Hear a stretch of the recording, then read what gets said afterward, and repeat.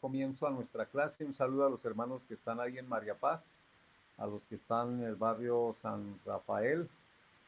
Buenas noches, saludos a todos. Y bueno, esperemos que tengamos un tiempo especial para aprender y crecer juntos.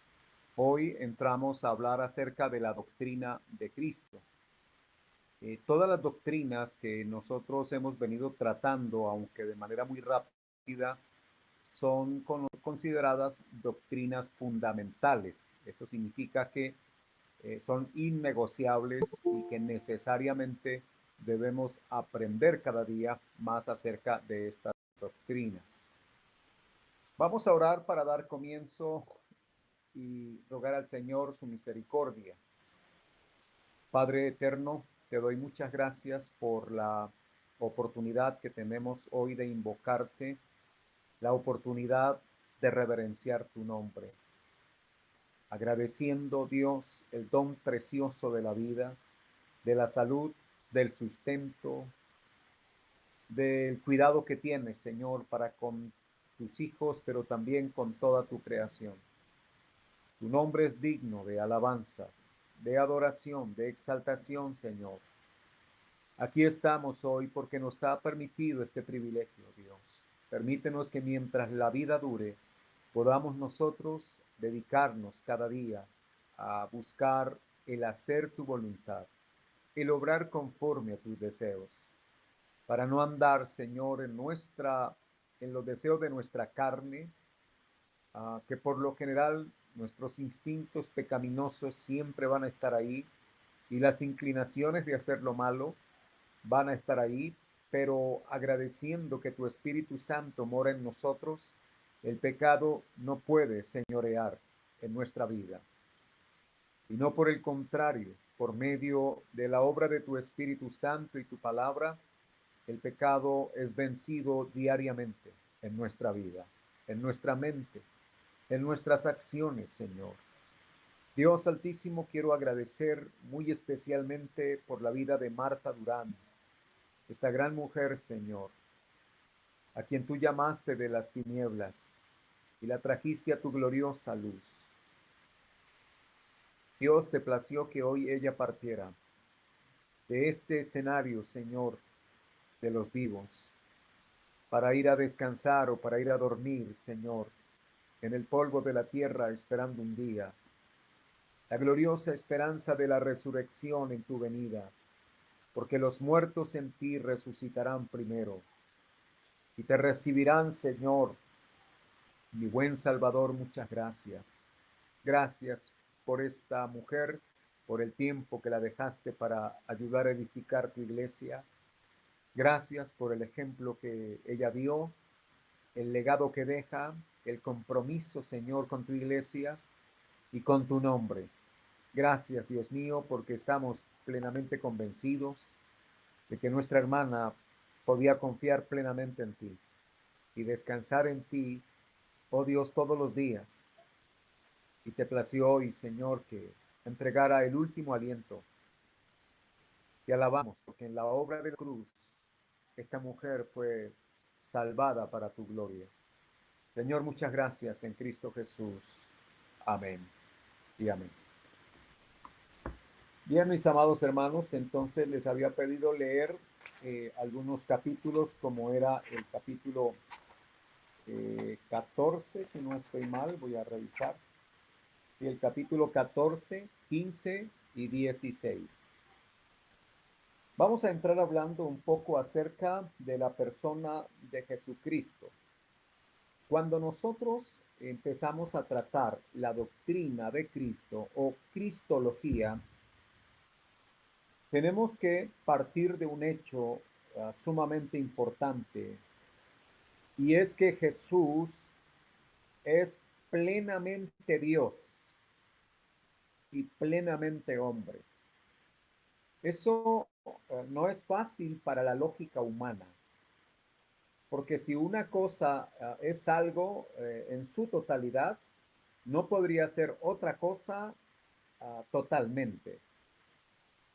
Así que no es fácil, aun cuando la frase sea entendible, quiero decir que es necesario que nosotros prestemos suma atención a lo que queremos indicar cuando decimos que Jesús es plenamente Dios y plenamente hombre. En una sola persona, en la persona de Jesús, estaba la humanidad presente, o sea, el hombre, pero también estaba la deidad, o sea, Dios presente ahí. Para esto es importante entender que Jesús, aun cuando nació de una mujer, su nacimiento tiene unas características que lo hacen muy particular. El autor Wayne Gruden, en la primera parte del capítulo 14, va a hablar de la humanidad de Cristo. Y él coloca ahí un primer punto que es el nacimiento virginal. Yo quisiera hacer una pequeña precisión cuando hablamos o cuando Gruden habla del, del nacimiento virginal. La verdad debería ser más preciso al decir la concepción virginal. ¿Por qué hay una diferencia? Bueno, Jesús nació de María, pero al nacer, él tuvo un nacimiento natural, nació como cualquier ser humano. Pero la concepción de Jesús es lo que hace diferente el asunto. O sea que en el nacimiento Jesús se hizo semejante a nosotros. Él nació, estuvo en el vientre de María, rompió fuente como cualquier bebé y nació a través del tracto vaginal como nace cualquier bebé. No podríamos hablar entonces del nacimiento virginal. Debemos hablar de la concepción virginal, porque cuando María quedó embarazada, María no conocía hombre alguno. María no tuvo una relación con un hombre. Fue Dios de manera sobrenatural quien hace que el Hijo de Dios comience a existir desde la concepción en forma humana, o sea, que descienda el Hijo de Dios y entre en el vientre de María para desarrollarse a partir de una concepción milagrosa, una concepción sobrenatural. O sea, en el caso de nosotros que tenemos una concepción natural, es porque hubo la participación de un hombre y una mujer. Y en el vientre de esa mujer, nosotros fuimos gestados. Pero en el caso de Jesús, no fue así. Solo estaba María y la Biblia dice que el Espíritu Santo viene sobre María a hacer el milagro de que comience la vida humana de Jesús. Eso es algo que para nosotros los seres humanos y cuando hacemos uso del razonamiento, nos parece algo descabellado, algo que no puede ser. Más, sin embargo, el Dios del cielo que sopló un día sobre el polvo de la tierra e hizo al hombre, ¿podría acaso no hacerlo así en el vientre de una mujer? Pues obviamente Dios tiene todo el poder. Así que hermanos, Jesús fue concebido virginalmente, pero su nacimiento fue un nacimiento de forma natural. Nació como nace cualquier ser humano. Eso es para aclarar la expresión que utiliza Wayne Gruden ahí al comenzar el capítulo 14. Sabemos que en la profecía bíblica de Génesis 3:15, recién ha caído el hombre en pecado y trae como consecuencia la muerte, Dios anunció proféticamente que la simiente o el hijo de la mujer heriría a la serpiente en la cabeza, mientras la simiente de la serpiente heriría el calcañar del hijo de la mujer.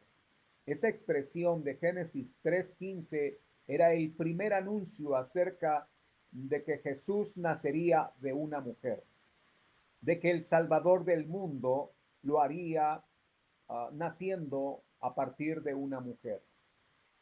Cuando llega el momento del cumplimiento de ese plan o propósito. Ustedes han leído el Evangelio de Lucas. Lucas tiene como característica es ir a las fuentes primarias y muy probablemente todo eso que encontramos desde el capítulo 1 y el 2 del Evangelio de Lucas, se cree que pudo haber sido el testimonio que Lucas recibe de la misma María, la madre de Jesús. La razón es porque hay una serie de detalles que solamente María podía conocer. Entonces, nosotros los cristianos evangélicos creemos que Jesús nació de una virgen, de la Virgen María. Creemos también de que Jesús, luego que ha nacido, comienza un proceso natural de crecimiento, un proceso natural de aprender, como cualquier ser humano, aun cuando en él la deidad, o sea, la sustancia de Dios, la naturaleza divina, en él estaba presente. Y eso, amados hermanos, es sumamente importante cuando nosotros estudiamos la cristología. Jesús era verdaderamente humano.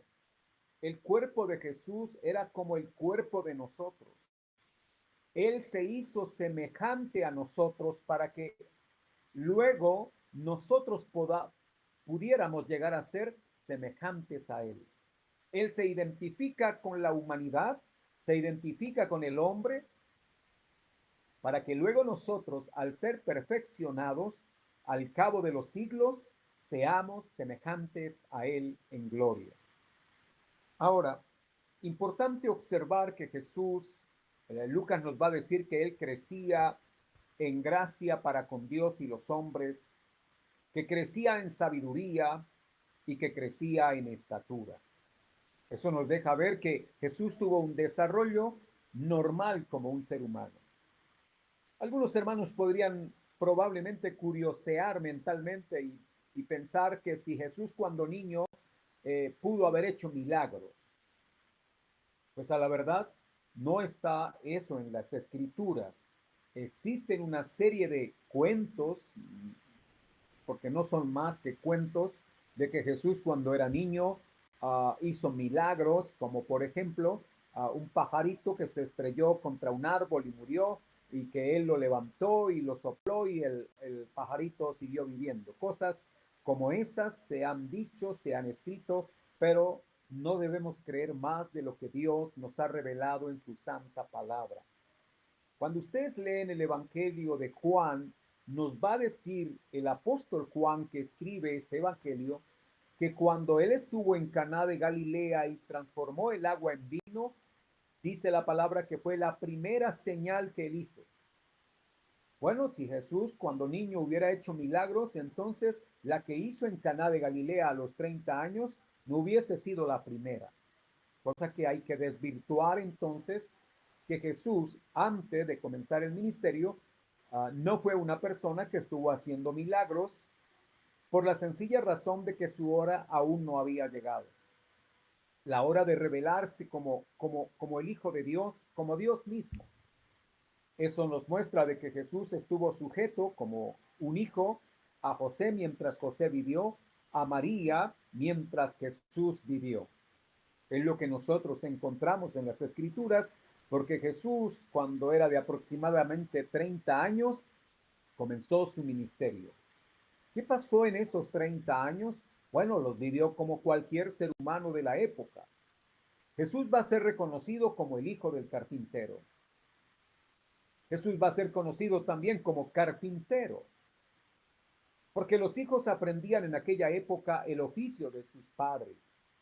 Obviamente, si José era un carpintero, entiéndase, un constructor o un albañil de la época, pues Jesús aprendió lo mismo de José. ¿Tenía Jesús en su cuerpo humano debilidades humanas? Por ejemplo, ¿se cansaba Jesús? La respuesta es, claro que sí, Jesús se cansaba. ¿Hay evidencia en la Biblia del cansancio de Jesús? Sí, claro. Cuando él se recostó a descansar en la barca y que luego vino la tempestad y la barca parecía hundirse. Allí estaba Jesús descansando. Pero aparte de el cansancio, Jesús sintió hambre. Luego que comenzó su ministerio, la Biblia dice que Jesús tuvo hambre. Y el tentador o el diablo vino para ofrecerle a Jesús, mejor, pedirle a Jesús que usara los poderes divinos, convirtiendo las piedras en pan. Cosa que Jesús no hizo, pero Jesús tuvo hambre. Cuando Jesús estaba muriendo en la cruz, él dijo, tengo sed, lo cual nos deja ver que Jesús experimentaba también estas cosas que los seres humanos experimentamos. Cuando estuvo frente a la tumba de Lázaro, Jesús lloró. Eso indica de que el Señor se conmovía frente al dolor ajeno. Cuando multiplicó los 5 panes y los 2 peces para dar de comer a 5,000, la Biblia dice que él sintió compasión. Nos muestra a Jesús viviendo como un ser humano aquí en esta tierra. Ahora, ¿cómo pensaba Jesús? ¿Tenía una mente humana y una mente divina? Bueno, nosotros observamos que Jesús como ser humano tuvo un proceso de desarrollo como cualquier otro, porque cuando Jesús vino a encarnarse, Filipenses capítulo 2 dice que él se despojó del ser igual a Dios para hacerse hombre. ¿Quiere decir que Jesús dejó de ser Dios? No, no quiere decir eso. Quiere decir que se despojó de las prerrogativas divinas, del derecho divino de actuar como Dios, para solamente venir a esta tierra y actuar como un hombre y moverse como un hombre, como un ser humano. Así vino Jesús. Eso nos deja ver entonces que Jesús usaba el pensamiento. Jesús veía las cosas y las juzgaba. Jesús tocaba las cosas y podía palparlas a través del tacto. Jesús podía oler las flores y podía saborear también la miel como cualquiera de nosotros. Ahora, las emociones de Jesús, similares a las nuestras, compasión, una persona dijo que hay algo curioso en la Biblia y es que no aparece en la Biblia a Jesús como, por ejemplo, riendo, ¿no? O sea, como que Jesús no reía, lo encontramos llorando, lo encontramos molesto, como cuando entró en el templo y vio las mesas de los cambistas. Jesús se indignó tremendamente, pero algunos dicen, ¿acaso reía Jesús? Bueno, Jesús era un ser humano normal, pero ¿por qué la Biblia no dice que Jesús reía? Bueno, porque a la verdad no son las cosas más. Jesús hizo muchas cosas que no están registradas en las escrituras. El foco de la escritura es mostrarnos a Jesús en el cumplimiento de la obra a la cual él vino a la tierra. Jesús no vino a contar chistes aquí. Jesús no vino tampoco a deleitarse en los chistes de otra persona. Pero yo pienso que Jesús era un hombre de un buen humor, que Jesús siempre estaba alegre, que Jesús siempre estaba confiando en el Padre y a causa de esa confianza, Jesús siempre estaba tranquilo. ¿Puede acaso una persona dormir mientras la barca está a punto de zozobrar? ¿Podría estar usted tranquilo en un avión que va en medio de una turbulencia y el piloto anuncia de pronto por los altavoces diciendo que ha perdido el control de la nave? ¿Usted podría estar tranquilo, hermano, hermana? La respuesta es no. Estaríamos muy asustados. Pero Jesús era tan tranquilo. ¿De dónde procedía la tranquilidad de Jesús? Bueno, pues Él es Dios. Él confiaba en el Padre y Él podía dormir en medio de la tormenta, en medio de la tribulación, en medio de la angustia. Cuando los discípulos le despertaron, Él reprendió al viento. El mar se aquietó. Los discípulos se quedaron asombrados diciendo, ¿qué clase de hombre es este? ¿Quién es este que aún el viento y el mar le obedecen? A los discípulos veían a Jesús, a un gran maestro. Aún dudaban un poco acerca de qué clase de maestro era este. Pero aquí Jesús dejaba evidencia de que él no era un maestro solamente humano, sino de que en él estaba la deidad, o sea, estaba Dios obrando, él es Dios y por lo tanto él podía decirle al viento, calma, al mar que se aquietara y tenían que obedecer. La razón es que Jesús es el creador, porque Jesús es Dios. También podríamos pensar acerca de si Jesús tenía la posibilidad de pecar. Si era un ser humano, tenía la posibilidad de pecar. Jesús fue concebido sin pecado, mientras que nosotros fuimos concebidos en pecado. Y ahí hay una gran diferencia. En el Salmo 51, David dijo, en pecado me concibió mi madre. Pero no es ese el caso de Jesús, ese era el caso de David. David sabía que él era pecador desde la concepción, pero Jesús no fue concebido pecaminosamente. Jesús fue concebido por Dios a través del accionar del Espíritu Santo. Luego, si fue engendrado por Dios mismo, Jesús no iba a pecar. No estaba en la condición como la que estamos nosotros, en el sentido de que mis pensamientos siempre están inclinados al mal, mis deseos siempre están inclinados al mal, porque esa es la condición del pecador. Jesús no estaba en una naturaleza pecaminosa, él estaba libre de pecado. Y entonces hablamos de la impecabilidad de Jesús. Él estuvo aquí, él anduvo en esta tierra, él compartió con muchas personas, estuvo haciendo gran cantidad de jornadas de enseñanza, de predicación, sanó a enfermos, levantó muertos, pero Jesús no pecó. Aun cuando el diablo vino a tentarle, Jesús permaneció sin pecado, porque reprendió la voz de Satanás, que venía para debilitarlo cuando tuvo hambre, para pedirle que se hiciera famoso lanzándose del templo y que los ángeles lo recibirían. Y también le ofreció ser poderoso y tener mucha riqueza cuando le ofreció todos los reinos del mundo. Jesús tenía claridad acerca de quién era él y que él vino a hacer la voluntad de su Padre. Hay otra escritura que dice que Jesús fue tentado en todo. Una cosa es que uno sea tentado en todo, en el sentido de que le ofrezcan cosas. Por ejemplo, podría preguntarles a los hermanos, ¿le han ofrecido, por ejemplo, consumir bazuco? ¿Le han ofrecido consumir marihuana, cocaína, heroína, alcohol? Y es probable que muchas de estas cosas que he mencionado en algún instante alguien se las ofreció.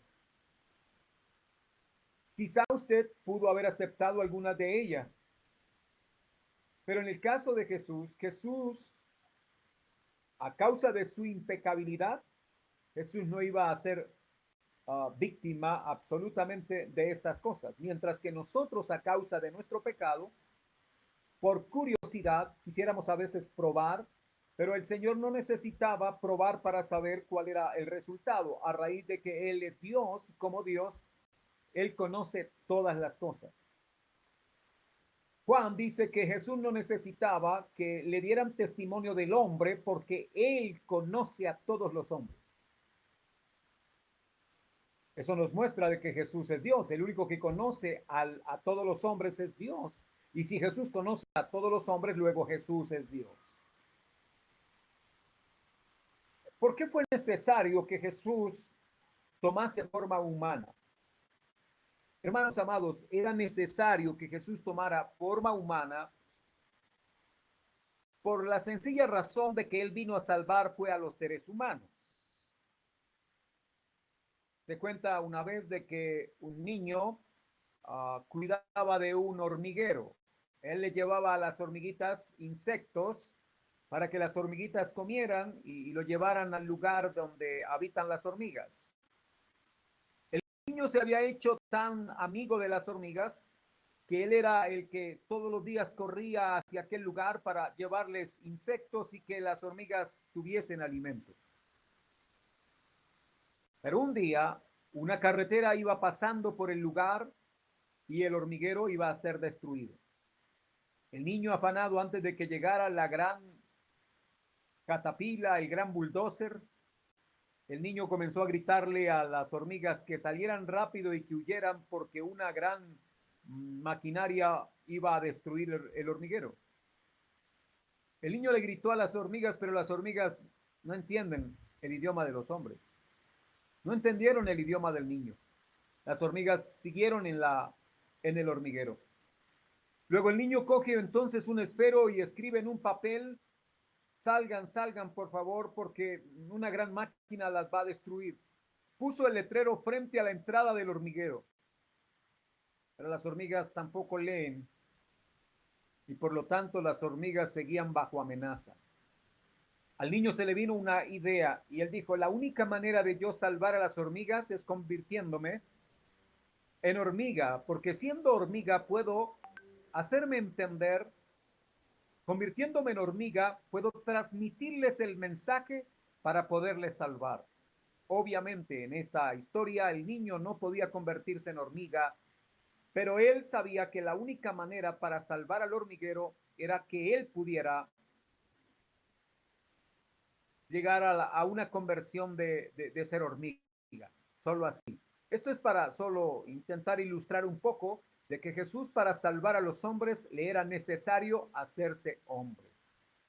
Y como hombre vino a esta tierra, no para saber cómo viven los hombres, porque Dios sabe cómo viven los seres humanos. Él vino a esta tierra y tomó forma humana, porque solo participando de forma humana iba a poder morir. En su condición de Dios, Jesús no podía morir. Dios no muere. Dios no puede morir, porque Él es la vida. Pero si Él tomaba forma humana, podría, y digamos que esto hacía posible que Él pudiera ser llevado a la cruz.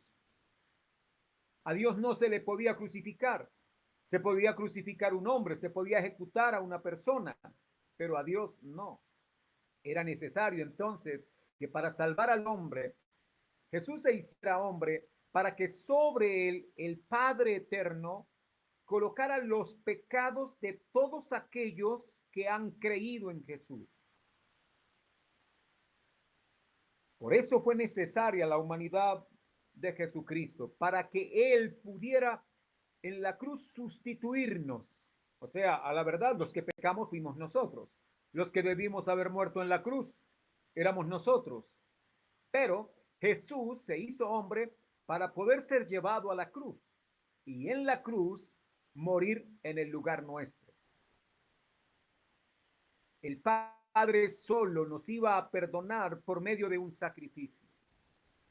Ustedes van a encontrar en el Antiguo Testamento la necesidad de sacrificar bueyes, corderos, cabritos, para expiar el pecado.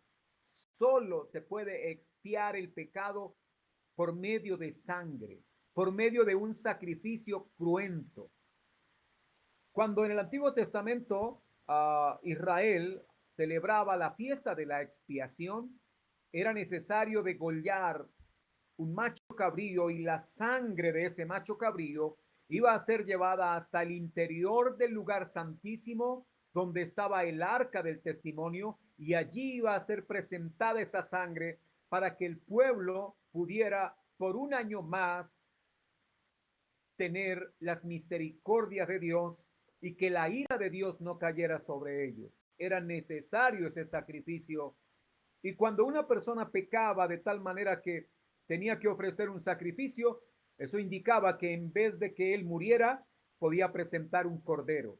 O sea, tenía que alguien morir por el pecado cometido. Fueron muchos millones de corderos sacrificados por causa del pecado, pero la gente seguía pecando porque el pecado no podía resolverse por el simple sacrificio de un animal. Entonces viene Jesús como el Cordero de Dios. Recuerdan que así dijo Juan cuando vio a Jesús que venía hacia él, dijo: he aquí el Cordero de Dios que quita el pecado del mundo. Cuando Juan el Bautista vio a Jesús como Cordero, lo estaba viendo como el cordero para el sacrificio. Pero al ser el Hijo de Dios, el cordero perfecto, él sería el sacrificio perfecto, el sacrificio suficiente. Por eso es que después de Jesús ya no hay necesidad de sacrificar más corderos. Ahora, si ustedes, hermanos, un día de estos sacrifican un cordero, es porque quieren comer asado, pero no porque vayan a expiar el pecado. ¿Mm?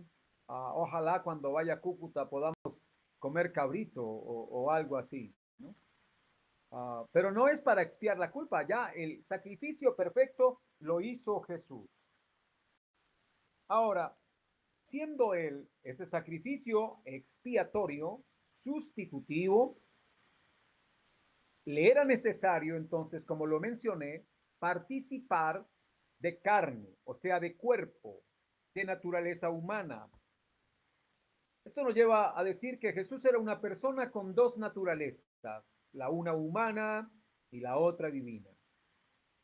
Cuando Jesús estuvo aquí, Jesús era Dios también, pero también era hombre. La gente natural solo lo veía como hombre. Solo los que fueron alcanzados por las palabras de Cristo y recibieron fe, lo pudieron ver como Dios y le pudieron servir como Dios. Eso pasó ayer cuando Él vino hace 2000 años, pero pasa igualmente hoy. Solo los que reciben fe de Dios para salvación pueden ver y creer que Jesucristo es verdaderamente Dios.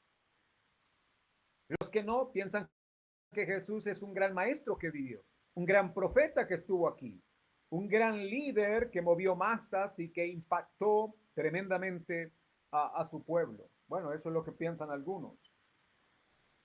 Debo hablar entonces de que Jesús era hombre, pero ahora me enfocaré un poco a mostrarles que Jesús era Dios. Si ustedes leen Juan capítulo 1, versículo 1, Juan capítulo 1, versículo 1 dice, en el principio era el verbo, y el verbo era Dios, y el verbo era con Dios. Lo que está diciendo Juan en ese primer versículo es que el verbo que es Jesús, o sea, la palabra, Jesús es el verbo de Dios. Él era en el principio. Jesús no tiene principio, porque es Dios. Lo eterno no tiene principio. Jesús es eterno. En el principio era, no que comenzó a existir, ya era. Cuando todas las cosas comenzaron a existir, el verbo ya era. El verbo es la causa de toda existencia. Quiero decir que el Hijo de Dios es la causa de todo lo que nosotros vemos, de toda esa inmensa creación. Pero dice, y el verbo era con Dios. Eso significa que, aunque es Dios, hay una manifestación de pluralidad personal en Dios. Era con Dios, ya me está hablando de que el Padre y el Hijo se distinguen, aun cuando los dos son Dios. Y si sumamos al Espíritu Santo de Dios, entonces por eso hablamos de que Dios se manifiesta en tres personas, Padre, Hijo y Espíritu Santo. Es el tema de la Trinidad, que por ahora no voy a estar tratando acá. Pero a Jesús, cuando Jesús vino acá, hizo cosas que revelaron que él era Dios. Como por ejemplo, caminó sobre las aguas. ¿Puede un ser humano caminar sobre las aguas? No. Podemos caminar sobre una superficie mojada. Podemos caminar sobre una calle que está mojada, pero aún estando inundada la calle, nuestros pies se hunden hasta que encuentran la superficie sólida. Pero Jesús caminó sobre la faz de las aguas. Eso solamente lo puede hacer Él. La Biblia dice en Génesis capítulo 1 que el Espíritu de Dios se movía sobre la faz de las aguas. Y si hablamos del Espíritu de Dios, que es Dios también, y Jesús camina sobre la faz de las aguas, significa que está en el mismo nivel del Espíritu de Dios, luego está indicando que Jesús es Dios. Vamos a encontrar en el Nuevo Testamento algunas palabras donde nos dicen que Jesús es Dios. Ustedes seguramente podrán leer en el Nuevo Testamento, y ojalá cuando hagan la lectura puedan ir subrayando en qué momento se nos habla de la deidad de Cristo. Hermanos, en estos días hay grupos religiosos en medio del pueblo cristiano que están diciendo que Jesucristo no es Dios, que Jesús no resucitó. Son los famosos teólogos liberales o evangélicos liberales que niegan lo sobrenatural, que niegan la deidad de Jesús, su resurrección, y que niegan, por lo tanto, su obra expiatoria. Ese es un gran problema. Los cristianos evangélicos bíblicos creen que Jesús era hombre y que Jesús era Dios. El Evangelio de Juan, cuando ustedes leen, y por ejemplo, si leyeran en el capítulo 5, a partir del versículo 19 en adelante, ustedes van a encontrar cómo Jesús le está diciendo a los judíos que Él es igual al Padre. Jesús es igual al Padre. Y si el Padre es Dios, pues entonces Jesús es Dios. Sumamente importante que cuando se profetizó acerca de Jesús, el término utilizado allí es Emmanuel. ¿Qué significa Emmanuel? Esa es una palabra para referirse a Jesús. Emmanuel significa Dios con nosotros. Cuando Jesús nació, Emmanuel había hecho presencia. Significa Dios ahora estaba haciendo presencia en el escenario de los hombres. Dios había descendido y había tomado forma humana para estar entre nosotros. Dice Hebreos capítulo 1 que Dios, habiéndonos hablado de muchas maneras por medio de los profetas y a través de los sacrificios del Antiguo Testamento, ahora nos ha hablado por medio de su Hijo. Si alguno de ustedes desea hacer una profundización más acerca de la deidad de Cristo, el Evangelio según San Juan tiene esa intención: mostrar que Jesús es Dios. Ahora, si Jesús es Dios, yo quisiera leerles lo que dice en el capítulo 5 de Juan, ahora en la cita que les estaba dando, porque me llama bastante la atención cómo Jesús habla allí, explicándole a los judíos que Él es Dios, aun cuando algunos dicen que Jesús no dijo eso. Pero dice así la palabra del Señor. Respondiendo Jesús les dijo: de cierto digo, no puede el Hijo hacer nada por sí mismo, sino lo que ve hacer al Padre, porque todo lo que el Padre hace, también lo hace el Hijo igualmente. Todo lo que hace el Padre, lo hace el Hijo igualmente. O sea que Jesús está igualando al Padre. En los días de Jesús, decir eso es una blasfemia.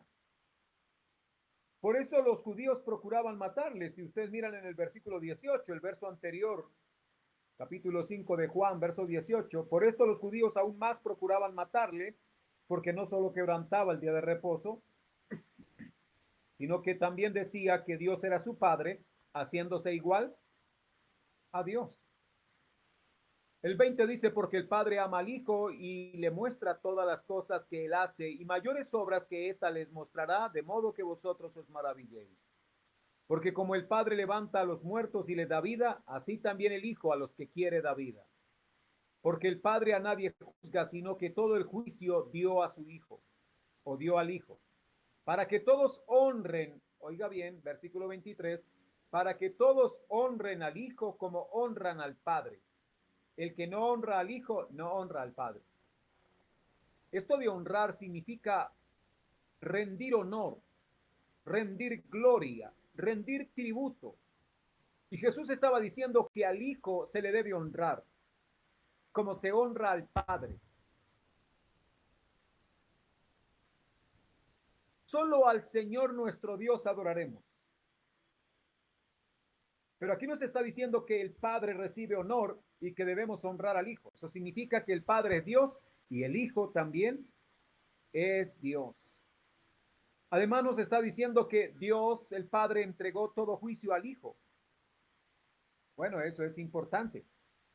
¿Por qué razón? Porque los judíos en la época sabían que el que juzgaba era Dios, y si el Padre ha entregado el juicio al Hijo es porque el Hijo es Dios también.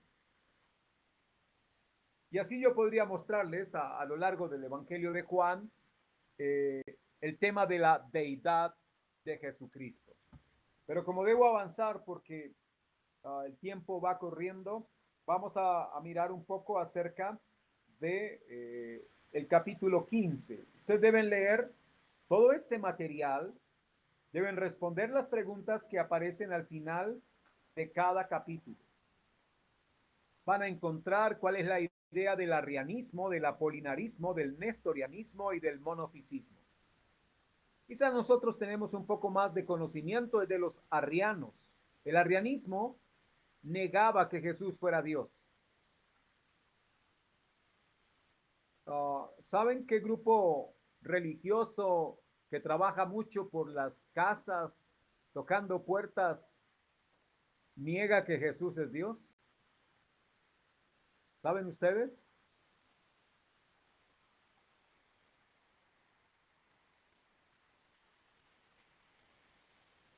No sé si me hice entender con la pregunta. ¿Tienen conocimiento de algún grupo religioso que va por las casas diciendo, enseñando aún de la Biblia, pero que niegan que Jesús es Dios? Los testigos de Jehová, pastor. ¿Alguno tiene idea? Los testigos de Jehová, ¿los conocen? Sí, Bueno, amén. los testigos de Jehová se acercan con mucha sutileza para hablar de la Biblia y hablan de Cristo. Pero si usted le pregunta a un testigo de Jehová que si él cree que Jesús es Dios, el testigo de Jehová no va a poder decir que Jesús es Dios, porque ellos han heredado el pensamiento de Arrio, un presbítero alejandrino del siglo IV, que fue uno de los postulantes de la idea de que Jesús era superior a un hombre, pero que era inferior a Dios. Y así podríamos mostrarles otras cosas. Bien, en el capítulo 15 se nos habla de la expiación. ¿Fue necesario que Cristo muriera? Sí, era necesario. Expiar tiene que ver con quitar la culpa. La palabra expiación trata de quitar la culpa para que la ira de Dios no caiga sobre la persona o sobre el pueblo. Eso significa expiación. Ahora, cuando Jesús muere en la cruz, Él murió para expiar nuestros pecados. Eso es quitar nuestra culpabilidad y librarnos así de la ira de Dios. Cuando el sacerdote judío tomaba el macho cabrío que degollaba, antes de degollarlo, el sacerdote colocaba sus manos sobre la cabeza del macho cabrío, como tratando de significar que los pecados del pueblo ahora eran llevados por el sacerdote y puestos sobre el animal. Y luego el animal sería degollado. La sangre del animal, como ya mencioné, era llevada al interior del lugar santísimo, al lugar de la presencia de Dios. Cuando la sangre entraba allí, el pueblo quedaba libre de la culpa, porque alguien había pagado ya. Eso era un macho cabrío, el que había pagado allí por el pueblo. Pero como eso se hizo año tras año, día tras día, cuando se ofrecían sacrificios por culpas particulares o de los individuos, entonces el pueblo no pudo resolver el problema del pecado. Entonces fue necesario que Jesús muriera para que por medio de ese sacrificio expiatorio nosotros seamos librados de ser hallados culpables como pecadores delante de Dios. Preciso lo siguiente: Hermanos y hermanas, ustedes que me están escuchando, ustedes son pecadores como yo. Nosotros somos pecadores, pero somos pecadores arrepentidos, somos pecadores en proceso de transformación, de santificación, gracias a que Jesús murió en la cruz y el Padre Eterno quitó la culpa de nuestro pecado, la cargó en su Hijo en la cruz y descargó el Padre su ira sobre Jesús, matándole en la cruz. O sea, el Hijo de Dios recibió el impacto de la ira de Dios sobre él.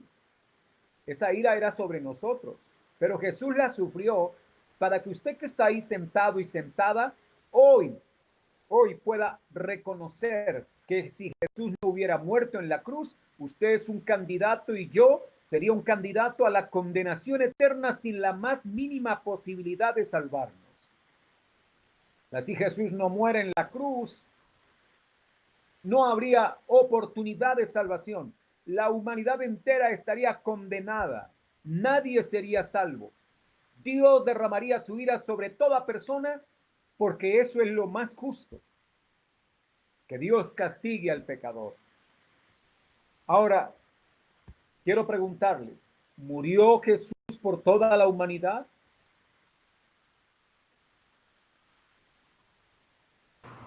Sí, amén. ¿Qué opinan los hermanos? Bueno, entonces veamos una cita bíblica que está en Isaías 53. Vamos a mirar Isaías 53. Isaías 53 es una profecía acerca del sacrificio de Jesús. Unos 700 años antes de la muerte de Cristo, Dios levantó al profeta Isaías, el cual allí describe lo siguiente acerca de ese sacrificio.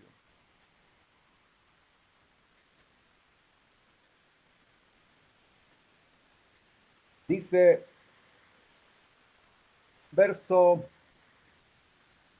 3, Isaías 53, 3 en adelante. Despreciado y desechado entre los hombres, varón de dolores, experimentado en quebranto, y como que escondimos de él el rostro, fue menospreciado y no lo estimamos. Ciertamente llevó él nuestras enfermedades y sufrió nuestros dolores, y nosotros le tuvimos por azotado, por herido de Dios y abatido. Mas él herido fue por nuestras rebeliones, molido por nuestros pecados. El castigo de nuestra paz fue sobre él, y por su llaga fuimos nosotros curados.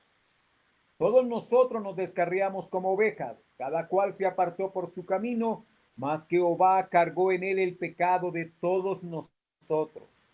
Versículo 7. Angustiado él y afligido, no abrió su boca. Como cordero fue llevado al matadero, y como oveja delante de sus trasquiladores enmudeció y no abrió su boca. Por cárcel y por juicio fue quitado, y su generación, ¿quién la contará? Porque fue cortado de la tierra, de los vivientes, y por la rebelión de mi pueblo fue herido. Y se dispuso con los impíos su sepultura, mas con los ricos fue en su muerte, aunque nunca hizo maldad, ni hubo engaño en su boca.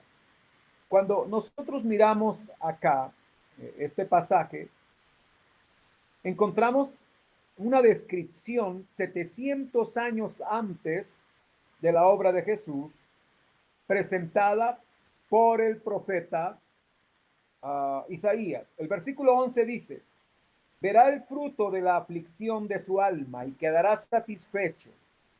Por su conocimiento justificará mi siervo justo a muchos y llevará las iniquidades de ellos.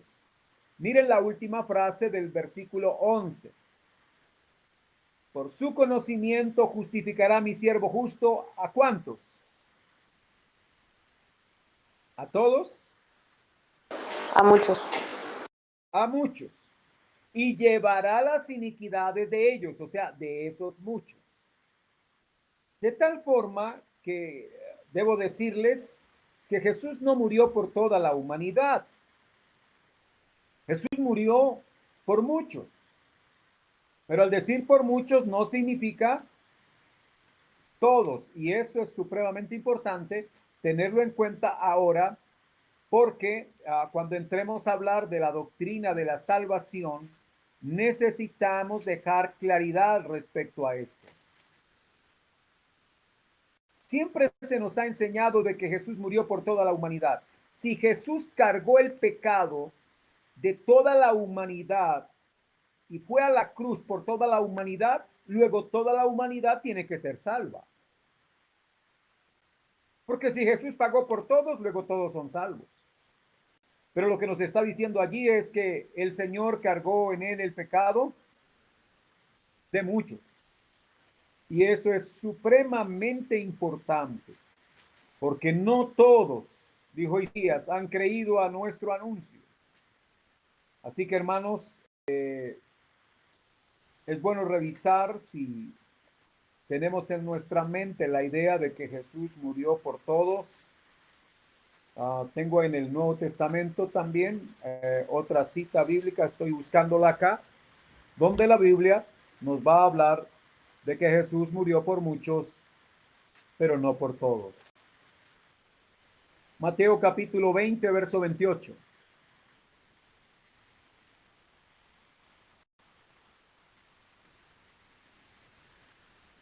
Mateo 20, 28 dice, como el Hijo del Hombre no vino para ser servido, sino para servir y para dar su vida en rescate por muchos. Otra vez, la expresión acá es que Jesús vino a dar su vida en rescate por muchos. Hermanos, no debemos pensar en la expiación desde el punto de vista universal. La expiación de Jesús no es universal, por la sencilla razón de que si el Señor Jesucristo salva a toda la humanidad, no hubiese justicia. O sea, el hombre no hubiese pagado por su pecado. Pero Dios mostró misericordia por aquellos a quienes Jesús representó en la cruz, y el Dios eterno derramará justicia o su ira sobre los que no fueron redimidos o rescatados o llamados por el Señor. Eso lo vamos a tener un poco más claro más adelante cuando leamos el otro capítulo, que es doctrina de la salvación. Por ahorita simplemente es que comprendamos que Jesús no murió por todos, sino que murió por muchos. Esos muchos son los que entrarán, y cuando digo muchos no significa que sean pocos los que se pierdan, no, muchos son los llamados y pocos los escogidos. Jesús murió por los escogidos, por aquellos que él eligió antes de que el mundo fuera. Pero ese es un tema que lo explicaremos con mayor claridad en las próximas clases. Hay una pregunta ahí en el capítulo 15, cuando comienza ahí el autor, dice, ¿qué sucedió en la expiación? Bueno, en la expiación lo que sucedió es que mis pecados fueron puestos sobre Cristo y la justicia de él me fue puesta a mí. O sea, hubo un intercambio. Hay una hermosa canción escrita por unos hermanos de una iglesia de República Dominicana, que la canción se titula Glorioso Intercambio. Y es algo así como que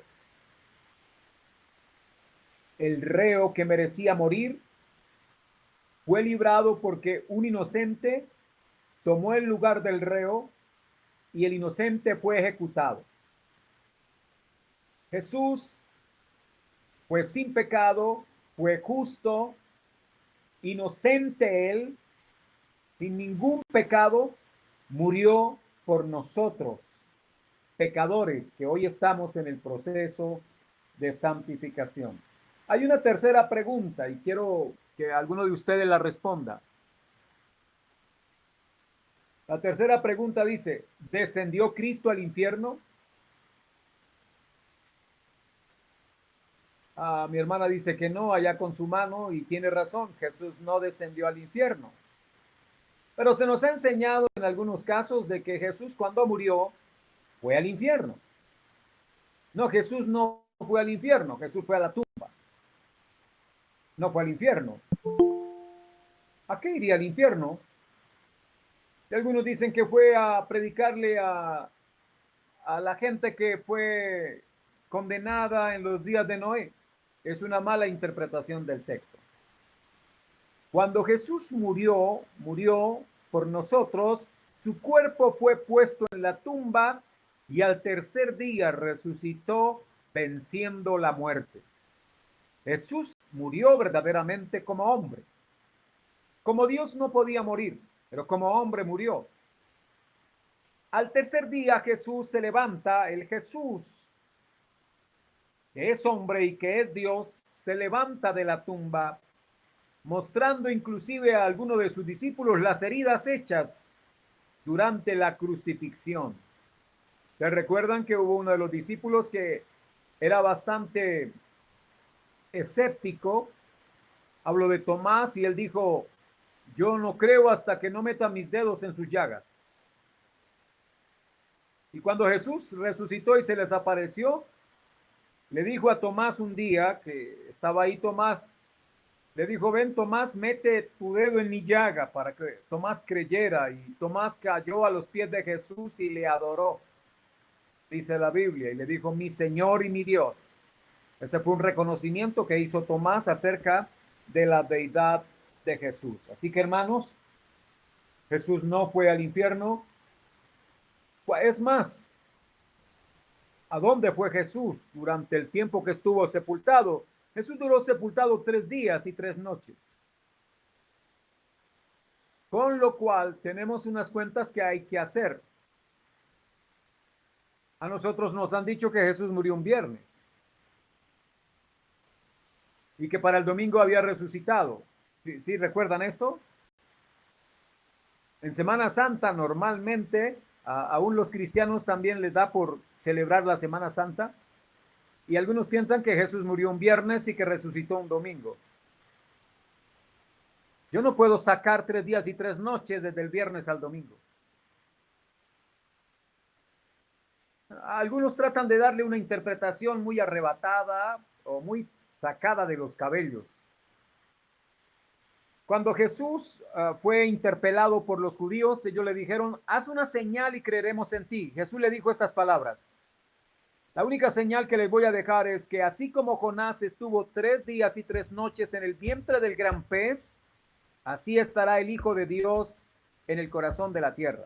Eso significaba sepultado bajo tierra. Bueno, Jesús habló de 3 días y 3 noches. Quisiera dejarles esa tarea. Investigar cómo obtener 3 días y 3 noches a partir del relato bíblico, si realmente Jesús pudo haber muerto un viernes y resucitar un domingo. ¿Cómo fue eso? Algunos dirán, no, no es tan importante. No, sí es muy importante, porque si Jesús dijo que él iba a estar 3 días y 3 noches sepultado y al final no lo hizo, Jesús mintió. Y si Jesús mintió, no es digno de confianza. Pero nosotros sabemos que en Jesús no hay mentira, no hay engaño en su boca. Los que hemos sido engañados fuimos nosotros y hemos sido engañados por la tradición. Hemos sido engañados por el sistema religioso, no por la Biblia, porque en la Biblia, dentro de 8 días, vamos a hacer unas cuentitas y les voy a mostrar. Si ustedes logran hallarlo, el que logre hallarlo, le vamos a obsequiar unos puntitos al final del curso, ¿verdad? Para mejorarle la nota. O sea que esta tareita dará una calificación, digamos, por apreciación en este caso, una nota apreciativa. Entonces, esfuércense y procuren mirar qué pasó. Debemos investigar si realmente Jesús estuvo sepultado 3 días y 3 noches. Anótenlo ahí como tareita. Me lo mandan al WhatsApp, pone usted su nombre y dice, mire, pastor, esto es así. Si quiere me lo manda en audio, usted me explica ahí en audio, o si no, igual me lo manda ahí por escrito. ¿Les parece?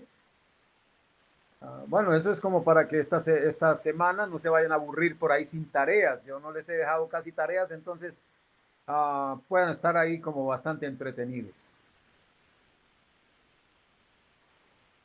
Bien.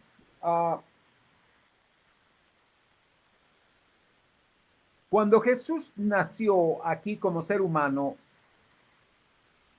Herodes quiso matarlo. Antes de que Jesús cumpliera 2 años, Herodes planeó matar a Jesús. Obviamente Jesús no podía morir ahí, porque la hora estaba marcada, la hora estaba señalada.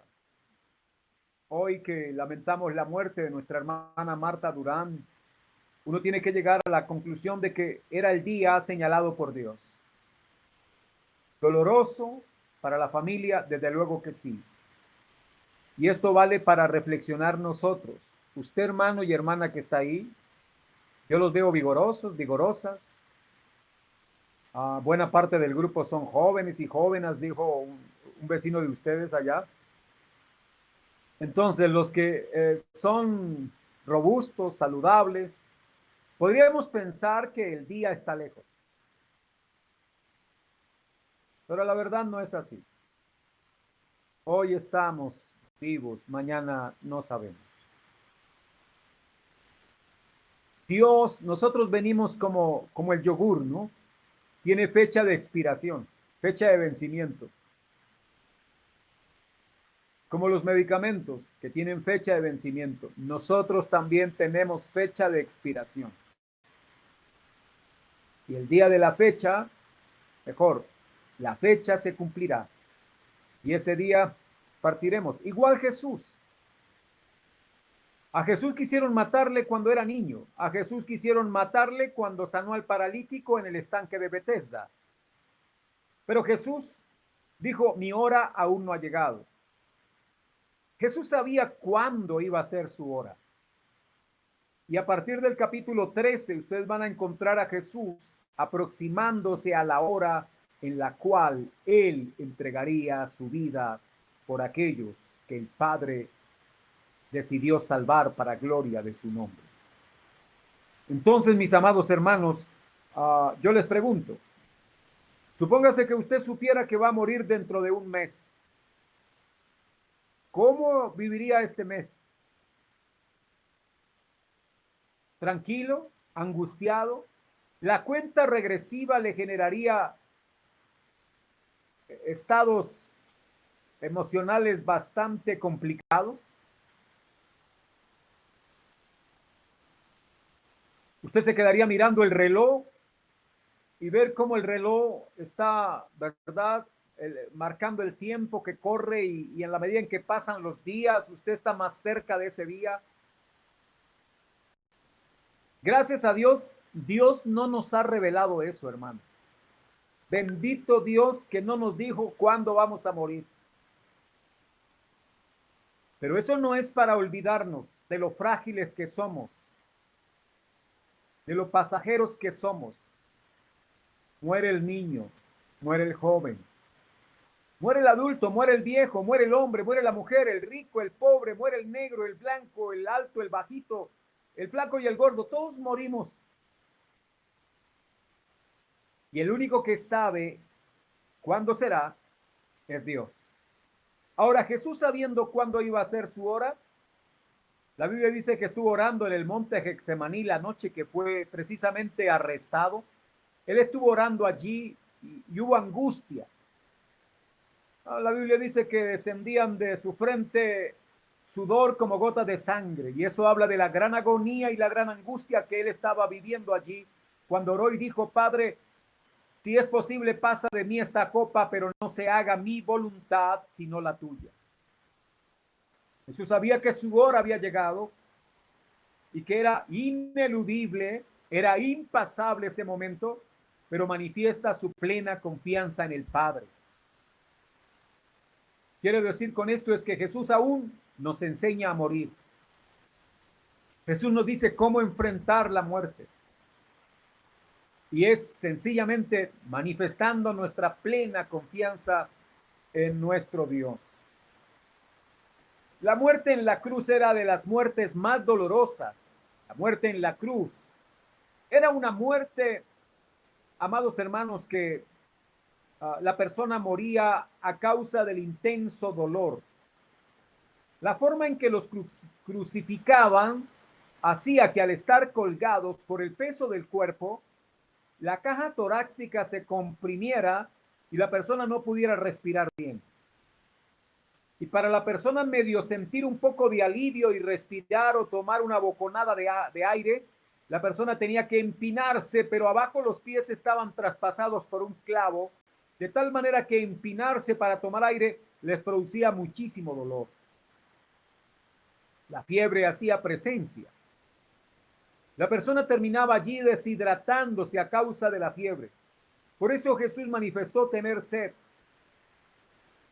La muerte por crucifixión era una muerte horrenda, cruel. Además de eso, a la persona la exhibían desnuda. O sea, los reos que murieron crucificados, y entre ellos el Señor, que no era un reo, sino que él era el justo, pero que murió injustamente, fue exhibido vergonzosamente, desnudo en la cruz. Se habla de una muerte ignominiosa. ¡Cuánta vergüenza padeció el Hijo de Dios! Ustedes saben lo vergonzoso que es para nosotros quedarnos desnudos, por ejemplo, en la calle. Nuestra desnudez produce vergüenza. No sé si se han dado cuenta de que hay veces cuando la gente coge a un ladrón, ahora han optado por quitarle la ropa. Y desnudarlos es aplicarles a ellos una especie de castigo. Pero a Jesús no solo lo desnudaron, a Jesús lo azotaron toda aquella noche.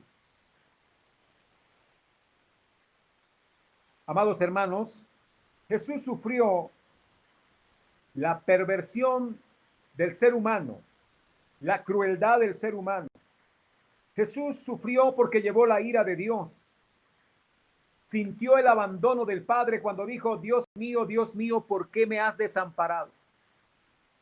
Cuánto dolor experimentó el unigénito Hijo del Padre, que en la cruz, al ofrecer su sacrificio, Él fue nuestra propiciación. Significa, Él es nuestra cubierta, el que nos cubre con su sangre.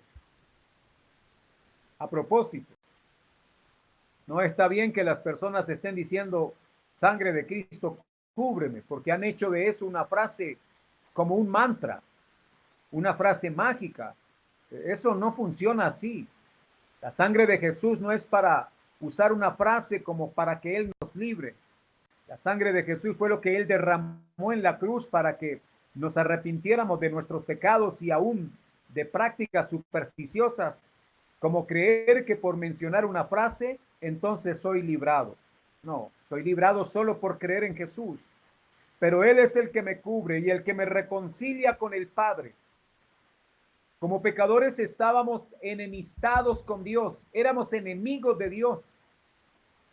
Nadie querrá tener como enemigo a una persona que pueda dañarnos y dañar a nuestra familia. Pero el hombre se enemistó con Dios, que no solamente puede dañarlo a él, a su familia, sino a la humanidad entera. El hombre se hizo enemigo del ser más poderoso que exista, que es Dios. Pero el Hijo vino para reconciliarnos con el Padre, y por eso dice Romanos 5:1. Justificados pues por la fe, tenemos paz para con Dios por medio de Jesucristo.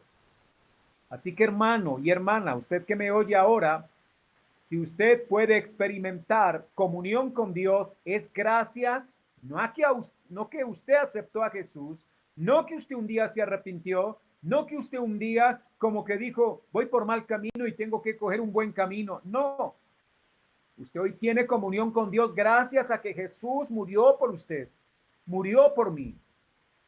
Derramó su sangre para que la sangre de Él me quite el pecado, la culpa y la ira de Dios que merece el pecador. Amados, es importante entonces que nosotros tengamos también el conocimiento de que cuando Jesús va allí a la cruz, hay una palabra también que debemos mencionar y es redención.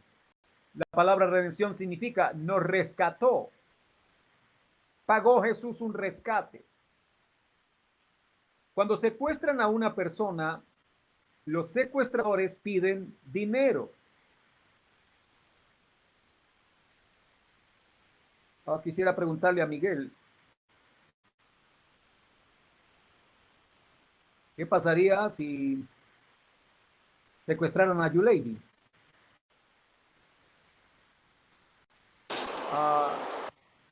Dale, Miguel.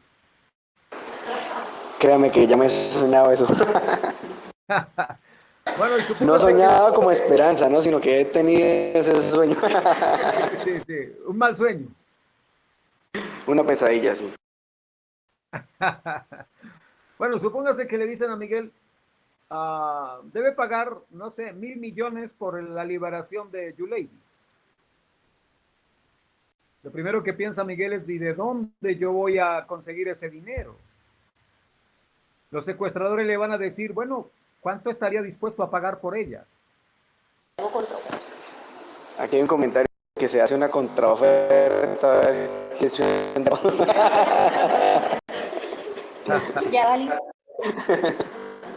Bueno, ahora el asunto es que si le preguntara al hermano José Luis respecto a que el secuestrado es Miguel,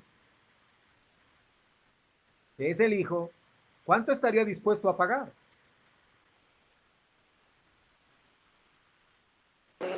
Dice que todo. Todo. Eso significa que el hermano José Luis vendería su casa y todos los recursos que tenga y va a llevarle al secuestrador y el secuestrador le va a decir, no, pero José Luis, como que su hijo es muy barato, ¿verdad? Porque llevarle unos 200, 300 millones, pero es lo más que podemos hacer nosotros por un familiar. Solo para decirles una cosa. Jesucristo, el amo y dueño de todo lo que existe, no dio ni la luna, el valor de la luna, ni el valor del sol por nosotros. El valor que Él pagó por nosotros es su propia vida, derramando su propia sangre. Con esto permítame decirle que salimos muy caros. Somos supremamente costosos. El Señor decidió valorarnos a nosotros, seres pecadores, inservibles, incapaces de hacer algo bueno para la gloria de Él. Él decidió entregar lo más grande. El Padre dio a su Hijo y el Hijo dio su propia vida por nosotros. Por eso es que hay veces nuestra forma de vivir, hermanos, es una ofensa a Dios, porque hay veces a Dios nosotros no le entregamos el tiempo, quizá unas horitas más para adorarlo, quizá aún en cuanto a recursos económicos, hay veces ni ofrenda damos. Y uno dice, si el Señor dio su vida por nosotros, ¿qué estamos dispuestos a dar por Él? Si el Señor no escatimó, el Padre no escatimó a su propio Hijo y nosotros nos pegamos de cualquier cosa para no desprendernos, oh, cuán malos somos todavía. El Señor nos ayude porque Jesús dio su vida que damos nosotros ahora en respuesta por Él. No que Él nos cobre la salvación, porque la salvación es por gracia. Él no nos está cobrando. No hay que pagar la salvación, pero sí creo que hay que responder a esa salvación tan grande con un corazón, amados hermanos, lleno de generosidad, de gratitud todos los días de nuestra vida. Cuando sé de qué me ha salvado el Señor, sé que mi vida, el resto de mis días, los consagraré a la gloria de su nombre. Debo pasar al capítulo 16 que me habla de la resurrección y ascensión.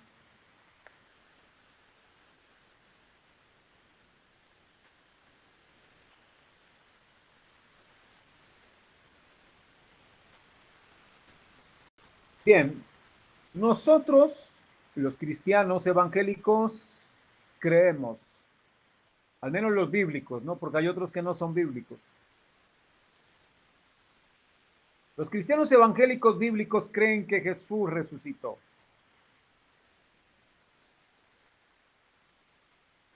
Amados, si Jesús no hubiera resucitado, dice Pablo, nosotros seríamos dignos de lástima por el resto de la humanidad. Pero la Biblia nos permite tener 4 versiones, 4 testimonios acerca de la resurrección de Jesús. Eso es Mateo, Marcos, Lucas, Juan.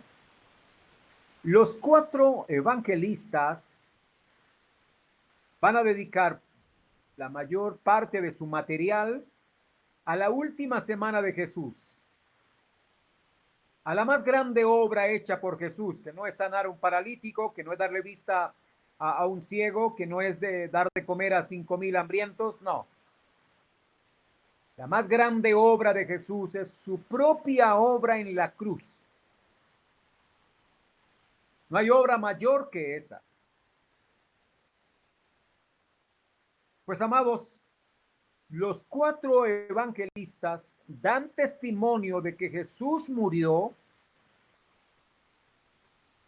de que Jesús fue sepultado, que lo metieron en una cueva por allá en un huerto que había, una cueva donde nadie había sido puesto, que hicieron rodar una gran piedra a la boca de la cueva y Jesús quedó sepultado allí. Pero que al tercer día, el Señor, comenzando el primer día de la semana, el Señor Jesús ya no estaba en la tumba. La piedra fue removida. El Hijo de Dios había resucitado. Los 4 dan el anuncio de la resurrección de Jesús. Usted dirá, bueno, ¿qué importancia tiene eso? Permítame decirle que en el libro de la ley se dice que por el testimonio de 2 o 3 se convalida todo asunto. Ahora, respecto a la resurrección de Jesús, no hay 2 testigos, no hay 3, sino que hay 4 testigos. Pero como si fuera poco, Jesús luego de resucitado se apareció a más de 500 hermanos. Ahora pregunto, ¿cuántos testigos? Más de 500, lo cual queda confirmado de manera forense, de manera legal, queda confirmada la resurrección de Jesús por los que lo vieron resucitado, por los que hablaron con él, por los que recibieron instrucciones de parte de él, luego de que el Señor resucitó. Resucitó Jesús. Es la verdad más gloriosa. Es el sello que consuma la obra redentora. Si Jesús solo hubiera muerto en la cruz para perdón de nuestros pecados, pero si él no hubiera resucitado, nosotros no tendríamos esperanza de vida eterna. No hay ninguna posibilidad de esperar vida eterna si Jesús no hubiera resucitado. Desafortunadamente, el tema de la resurrección de Jesús no es un tema predominante en nuestras iglesias hoy en día. Quizá predomina el Jesús sanador, predomina el Jesús que cura enfermedades, el Jesús que hace milagros, porque para algunos Jesús no es más que un curandero y un milagrero. Pero Jesús es mucho más que eso. La iglesia tiene que dejar de mirar estas cosas como las más grandes. No son las más grandes. Las cosas más grandes es la obra expiatoria, la obra redentora. Y eso tiene que ver con su muerte, con su sepultura y con su resurrección. Porque venció la muerte. Al ciego que Jesús le dio vista, el ciego luego murió y apagó sus ojos. y no vio más luz. El paralítico que Jesús levantó del lecho también murió. Los enfermos pueden sanar, pero luego van a morir. Eso no es tan importante. Algunos quieren mostrar un evangelio donde Jesús es el gran sanador. Si algún día tenemos la oportunidad de estudiar el evangelio de Juan, quisiera decirles que esa era la forma en que los galileos recibieron a Jesús. Pero no es la manera como los cristianos reciben a Jesús. Puede ser que la humanidad necesite, ahora sobre todo con esto de la pandemia, necesite un sanador. Pero es que el problema del hombre no es una pandemia llamada COVID-19. El problema del hombre es mucho más profundo y viene desde el Edén hasta nuestros días. El problema del hombre es el pecado. O sea, el hombre lo que necesita verdaderamente es un salvador más que cualquier otra cosa. Y un gran salvador. Solo Jesús, el Hijo de Dios, cumple el requisito para ser gran salvador. Si los cristianos pierden de vista la resurrección de Jesús, han olvidado que ese fue el tema central de la predicación de los apóstoles en el primer siglo. Cuando ustedes leen el libro de Hechos de los apóstoles se movieron por todas las partes del mundo conocido de entonces para mostrar que Jesús, el Hijo de Dios, él había resucitado. Los griegos tenían grandes maestros como Sócrates, Platón y Aristóteles y otros más. Los romanos podían también aplaudir a sus grandes exponentes del derecho, de la arquitectura y de tantas otras cosas importantes de los romanos. Pero todos esos hombres murieron y no se pudieron levantar de la tumba. Ni aun los judíos que tenían tanta veneración por Abraham, porque la tumba de Abraham, ellos sabían dónde estaba. La única tumba que ha quedado vacía fue la tumba de Jesús. Él es digno de toda gloria, de todo honor y de toda honra. Al resucitado rendimos honor, porque al vencer la muerte nos da esperanza de que la muerte será finalmente vencida. Y en esos días donde la muerte ha hecho su gran festín, es cuando más resurge la esperanza de la resurrección.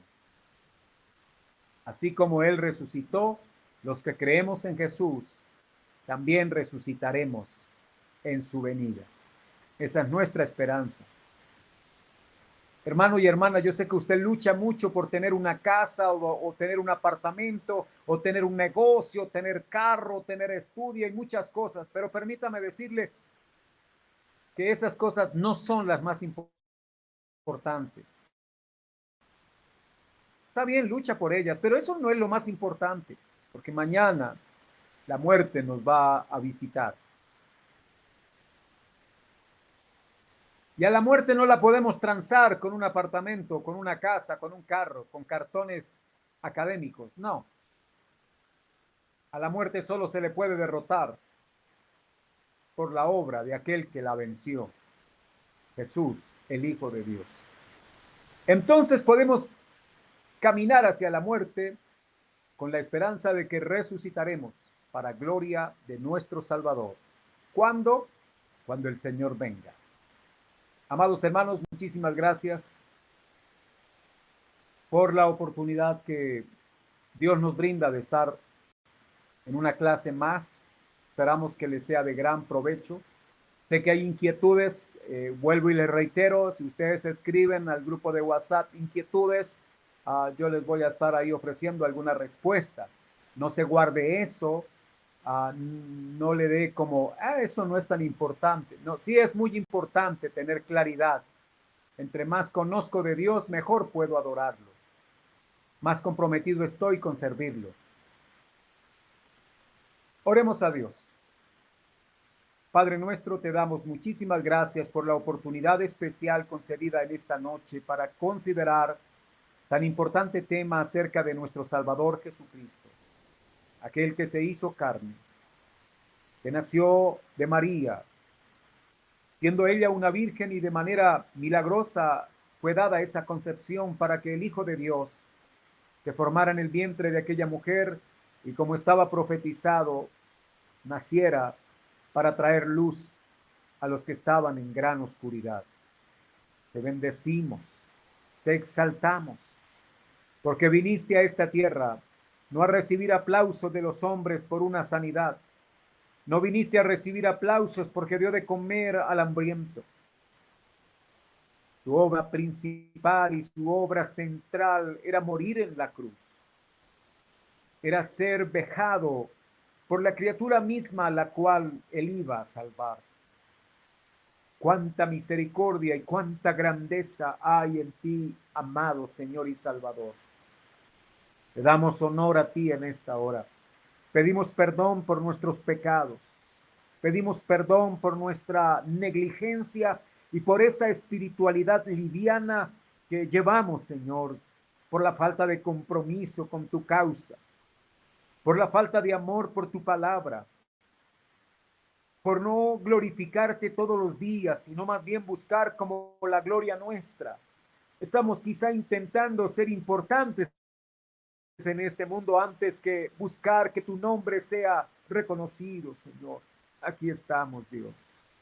Gracias por tu maravillosa obra expiatoria en la cruz, por tomar mi lugar, oh Dios, y hacer que la ira del Padre viniera sobre ti, amado Señor, y yo fuese libre ese día.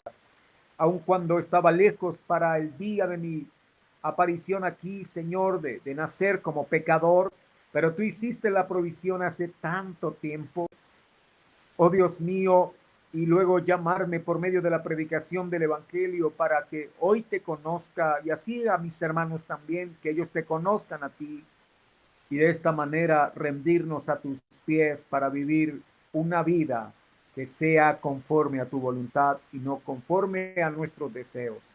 Señor, bendice a cada uno de mis hermanos y hermanas y que la gloria de tu santísimo nombre esté sobre ellos de manera especial. En Cristo Jesús, muchas gracias. Amén. Bien, amados hermanos, que tengan descanso, buena noche, Dios los bendiga, los guarde.